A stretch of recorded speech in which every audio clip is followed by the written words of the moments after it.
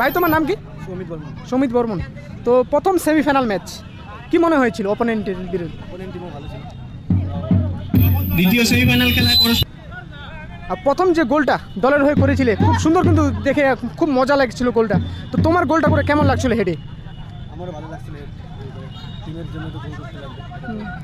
তুমি তুমি কতটা আশাবাদী ছিলে যে তুমি গোলটা তুমিই পাবা?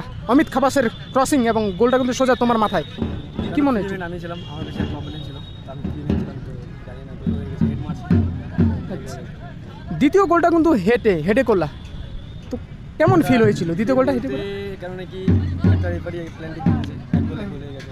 হ্যাঁ, আর এখন গোল না করলে টিমকে জিতাতে কী পাবো, তো ওর জন্য ভাবলাম হেড লাগা দিতে। আচ্ছা, অনেকটা ভালো খেলেছো তুমি, দুইটা গোলে খুব সুন্দর সুন্দর দিয়েছো। তো ফাইনাল ম্যাচের জন্য কি বলবে? ফাইনাল ম্যাচে ওর টিমের জন্য 100% দেবো। আচ্ছা, ফাইনাল ম্যাচের জন্য অনেক শুভেচ্ছা থাকলো তোমার জন্য। Thank you.